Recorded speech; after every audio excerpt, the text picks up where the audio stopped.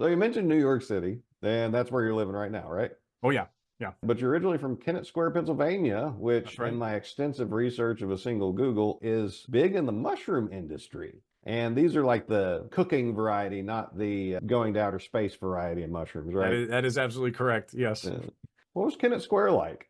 Kennett is just the most adorable small town suburbia place that I've ever been to. It's just about 40 minutes outside of Philadelphia. And I always really appreciated that location. And that's kind of where my parents like settled down to raise me and my siblings because it was never too far to go into the city to do something there, have a weekend trip to Philadelphia. But we also were a little removed from it. Also, kind of rural Pennsylvania was very accessible to us as well. Whether it was going into the Jim Thorpe area or Hawk Mountain or kind of this nature kind of stuff as well. It's just a wonderful, wonderful town. I have a lot of fond memories of growing up there and all my friends from there. And to speak on the mushrooms a little bit, we have such immense mushroom pride. It probably reads as insanity to some people. In Kennett Square, they do on New Year's a mushroom drop in the town square where like, it's exactly what you think.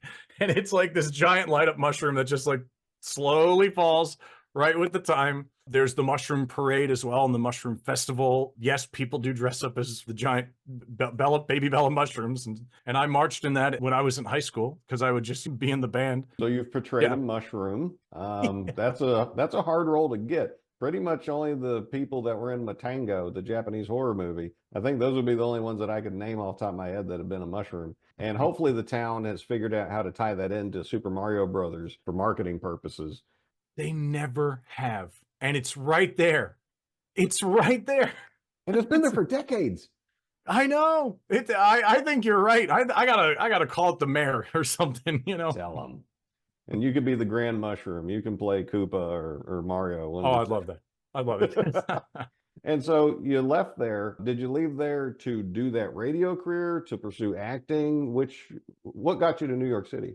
That was graduate school for me at Pace. So that was my big move to kind of leave the area. I was in radio in Wilmington, Delaware, which is very, very close to Kennett Square. I think it's only a 25-minute drive. So it was a big move for me to come up here to New York. But I have fallen in love with it up here and really have no plans to leave as of now. I really love that there are a lot of other really passionate people about film and theater up here, and it just feels like it's always bubbling in this city, you know. In the news, it looks like some not so happy things are happening in New York. In your day to day, are things the same they always have been? Have they gotten worse? Have they gotten better? What's been your experience?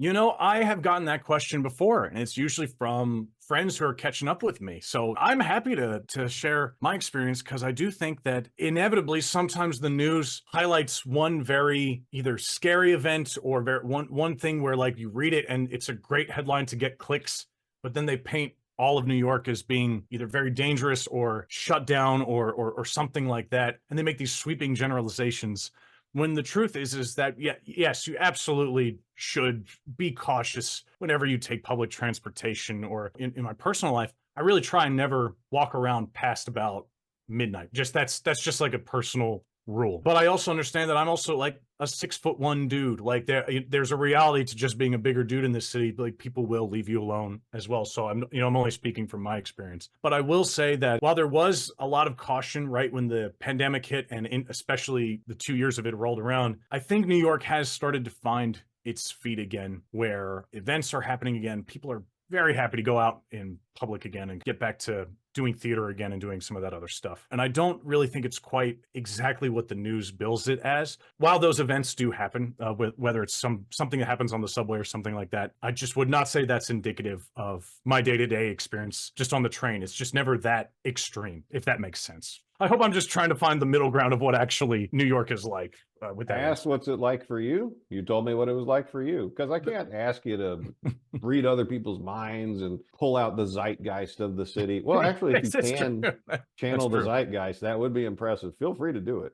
Yeah, yeah. Um, I hope to someday visit it. My wife, she's been several times and loved it, but I think there's you just treating the city with respect, I think, has served me well with regards to just safety and getting around. I would hope that everyone treats it like that. And I just think that would, in my personal opinion, solve some of the problems that the be aware news of where can you're talk about. at. Yeah, And there's a lot of other people around. Most of them are going to be fine. There's nailed going to be it. some that aren't.